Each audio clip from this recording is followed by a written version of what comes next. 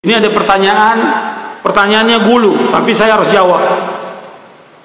Antum dengarkan, Ustadz, mohon nasihat.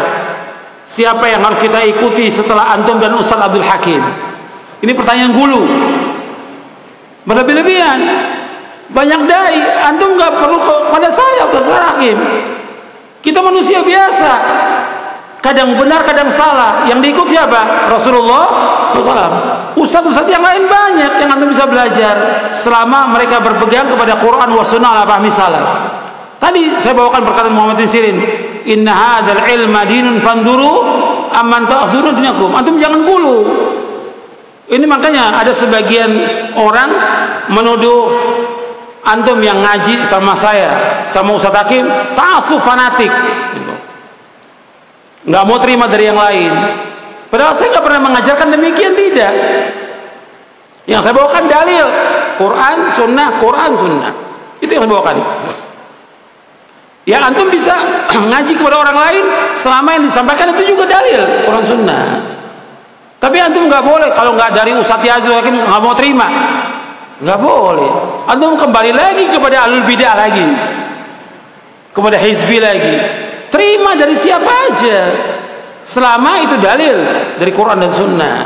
Itu perhatikan, gulu ini membinasakan. Antum perhatikan, Nabi bersabda SAW, iyyakum wal ghuluwa fid din fa inna ma ahlaka man kana qablakum al ghuluwu fid din. Jauhkan diri kalian dari gulu dalam agama, karena gulu membinasakan orang-orang sebelum kalian. Antum hati-hati. Terjadinya pertama kali kesyirikan yaitu pada umatnya Nabi Nuh alaihi salatu wassalam, yaitu orang-orang solehnya ketika meninggal dibangun kuburannya, dibuat lukisan patung, nggak disembah. Tapi setelah itu, setelah meninggal orang-orang yang membangunnya, datang generasi berikutnya disembah. Itu antum hati-hati.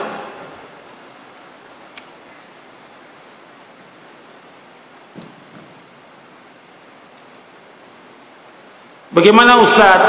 Kita mau berdoa kepada Allah, kita merasa diri kita ini banyak dosa, banyak maksiat, maka kita jadikanlah orang-orang yang soleh yang sudah meninggal dunia yang ada dalam kubur itu sebagai perantara kepada Allah. Apakah ini syirik? Syirik ini tadi sudah saya bahas. Bagaimana kezoliman orang yang berbuat syirik, nggak menghargai Allah sama sekali. Itu saya bacakan dalam buku Syarah Kitab Tauhid, penjelasan Al-Imam Al-Qayyim. Kita langsung, Allah menyuruh apa? Pakai perantara tidak. Allah menyuruh apa? Wa qala rabbukum ud'uni astajib lakum innal ladzina yastakbiruna ibadati sayadkhuluna jahannama dakhirin. Dalam surah Al-Mu'min, surah Ghafir, surah 40 ayat 60. Allah berfirman, adalah kalian semuanya berdoa kepadaku, langsung kepada Allah tanpa perantara. Sesungguhnya orang-orang yang sombong dalam beribadah kepadaku, mereka akan masuk neraka jahanam dengan terhina. Langsung, nggak ada sahabat itu berdoa datang ke kuburan Nabi dulu, nggak ada. Semua mereka berdoa langsung kepada Allah, nggak ada pakai perantara. Adapun ayat yang sering dijadikan dalil oleh mereka dalam surah Al-Maidah di ayat 35, ya ayyuhalladzina amanu taqullaha wabtaghu ilaihil wasilah, wahai yang beriman bertakwalah kepada Allah dan carilah wasilah. Wasilah yang dimaksud dalam ayat itu melakukan amal-amal soleh yang dari Allah, melakukan amal-amal soleh, ketaatan-ketaatan yang mendekatkan diri kepada Allah. Itu maksudnya. Penjelasan para mufassir tentang ayat itu demikian. Antum bisa lihat dalam tafsir At-Tabari, Ibnu Katsir dan yang lainnya. Apakah boleh kita sholat di masjid yang ada kuburannya? Tidak boleh. Kenapa? Nabi menyebutkan dalam hadis yang sahih riwayat Bukhari Muslim, la'anallahu al-yahuda wan nasara ittakhadu kuburan bi masajid. Mudah-mudahan Allah melaknat Yahudi Nasrani karena mereka menjadikan kubur nabi mereka sebagai apa?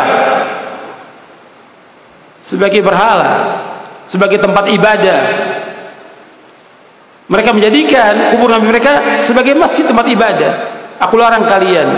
Maka Nabi berdoa di akhir ayatnya, Allahumma la taj'al qabri wathanan yu'bad. Ya Allah, jangan kau jadikan kuburanku sebagai berhala yang disembah.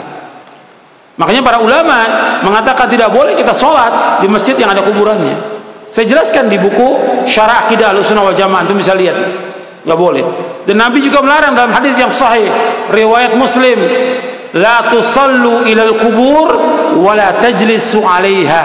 Jangan kalian sholat menghadap kubur dan jangan kalian duduk di atas kubur. Nggak boleh.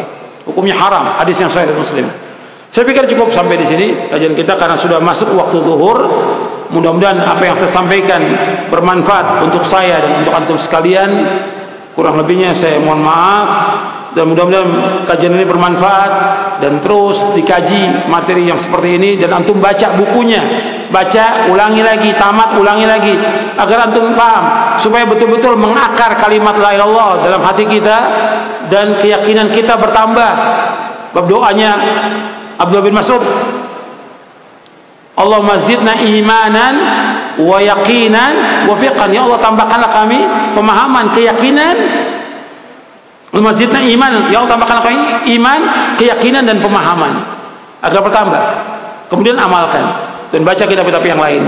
Terus kita mengaji, menuntut ilmu. Antum gunakan waktu antum untuk belajar, thalabul ilmi, ibadah kepada Allah dengan ikhlas dan ittiba. Kemudian juga banyak berzikir kepada Allah, dan mudah-mudahan dengan ini kita dimudahkan jalan kita oleh Allah menuju surga. Mudah-mudahan kajian kita mendapatkan manfaat, diberkahi oleh Allah, dan juga kita istiqomah di atas Quran wa sunnah fahmi salaf. Wa sallallahu nabiyana Muhammadin sallallahu alaihi wasallam. Subhanakallahumma bihamdik asyhadu an la ilaha illa anta astaghfiruka wa atubu ilaik. Assalamualaikum warahmatullahi wabarakatuh.